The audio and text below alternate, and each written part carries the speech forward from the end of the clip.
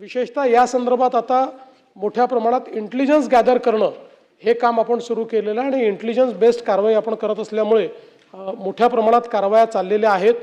आपल्याला कल्पना आहे की आज अंमली पदार्थांच्या संदर्भात मोठा प्रश्न हा आहे की अगदी छोट्याशा जागेतही अंमली पदार्थ तयार करता येतात आणि तो करण्याचा प्रयत्न होतो, पण त्यावरही आळा आणण्याकरता त्याचे इन्ग्रेडियंट्स कुठून कुठून येतात, ते कसे थांबवता येतील याबद्दलही आपण व्यापक अशा प्रकारची तयारी केली. आणि विशेषतः आता केंद्र सरकार आणि राज्य सरकार आणि वेगवेगळी सरकारं त्यांनी जसं सांगितलं की दुसऱ्या राज्यांमध्ये देखील याचा काही धागेदोरे आहेत, तर आता सगळी राज्ये एकमेकांची कॉपरेट करतात.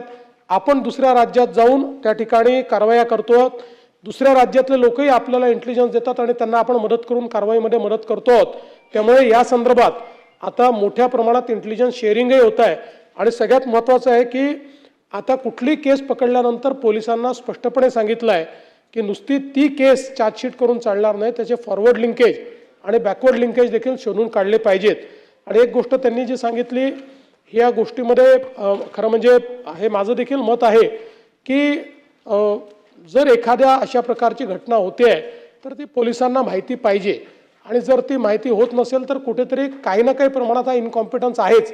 आणि म्हणूनच आपण या संदर्भात झिरो टॉलरन्सची भूमिका घेतलेली आणि महाराष्ट्रात पहिल्यांदा अशा पद्धतीनं ज्यांचं डायरेक्ट इनडायरेक्ट इन्व्हॉल्वमेंट मिळालं त्या पोलिसांना आपण सस्पेंड न करता थेट बडतर्फ करण्याचा निर्णय घेतलेला आहे. आणि भविष्यातही अशा पद्धतीनं डायरेक्टली किंवा इनडायरेक्टली जे पोलीस या ड्रग्सच्या केसेसमध्ये त्या ठिकाणी इन्व्हॉल्व दिसतील किंवा जाणीवपूर्वक दुर्लक्ष केलं असं दिसेल त्यांना या ठिकाणी बडतर्फ करण्यात येईल. विकास ठाकरेजी.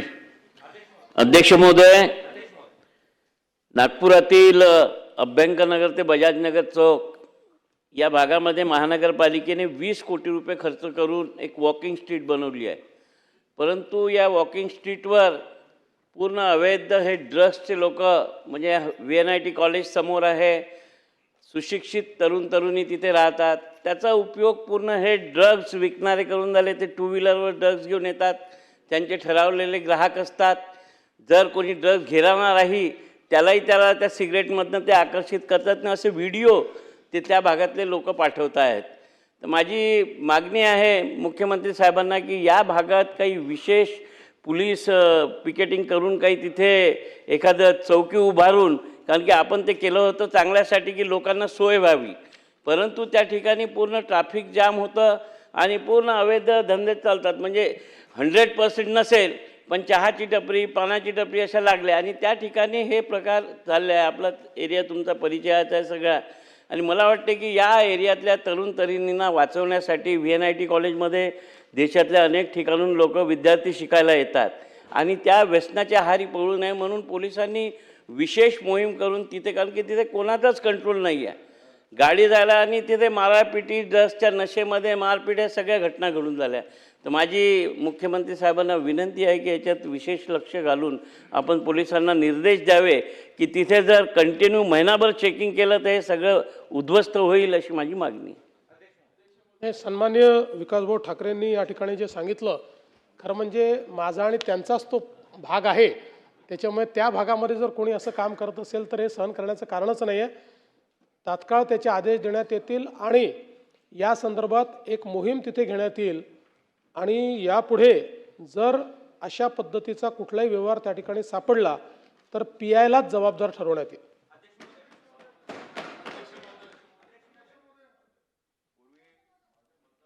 पूर्वी आम्ही ऐकत होतो की ड्रग्सचा विषय आला की हा भाग फक्त शहरी भागामध्ये असायचा. अध्यक्ष महोदय, म्हणजे पोलीस प्रशासन उत्तम पद्धतीने काम करतंय. मध्ये अहिल्यानगरमध्ये अशीच एक घटना घडली होती, एक पोलीस कर्मचारीच इन्व्हॉल्ड होता, त्यांनी स्वतः काही ड्रग्स त्यातनं लंपास केले होते एव्हिडन्स बॉक्समधनं.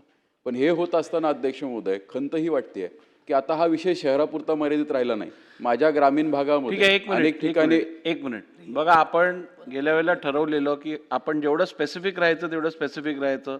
आता तुम्ही नागपूरचा प्रश्न अहिल्यानगरला घेऊन गेलात, अवघडच होईल ना.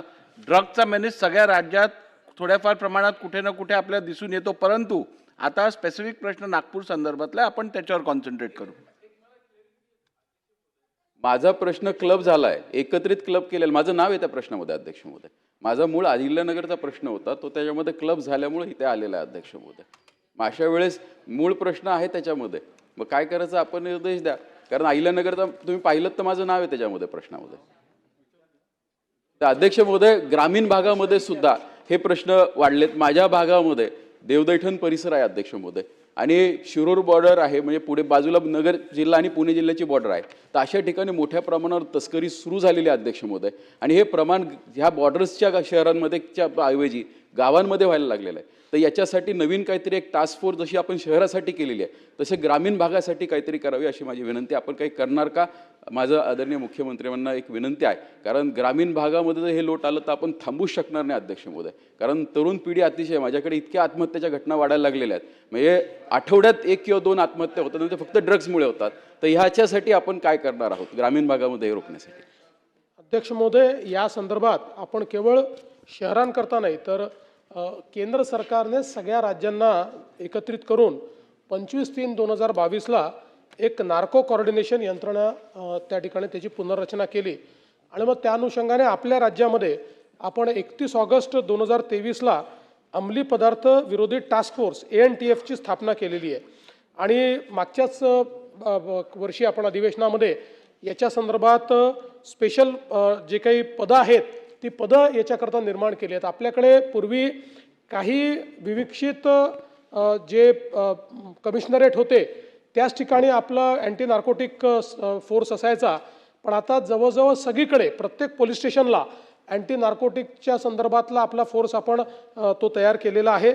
आणि याच्यामध्ये जवळपास आता 202 अधिकारी कर्मचारी आहेत, 346 नवीन पदं आपण अजून तयार केलेली आहेत.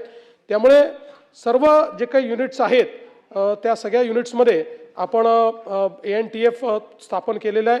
म्हणजे जे आपले Konkan unit, Kolhapur unit, Nashik unit, Amravati unit, Chhatrapati Sambhajinagar unit, Nanded आणि नागपूर गडचिरोली युनिट, या प्रत्येक युनिटला आता सेपरेट अशा प्रकारचा फोर्स हा ग्रामीण भागाकरता देखील आपण त्या ठिकाणी तयार केलेला आहे. आणि आपल्याला कल्पना आहे की नुकतंच आपण मागच्याच वर्षी अमेंडमेंट करून याला संघटित गुन्हेगारीच्या अंतर्गत आपण आणलं, आणि मला सांगताना आनंद वाटतो की ते आणल्यानंतर जवळपास 25-26 मध्ये आपण 10 अशा प्रकारच्या गुन्ह्यांमध्ये संघटित गुन्हेगारी ऑर्गनाइज क्राईम त्या ठिकाणी लावलेला आहे.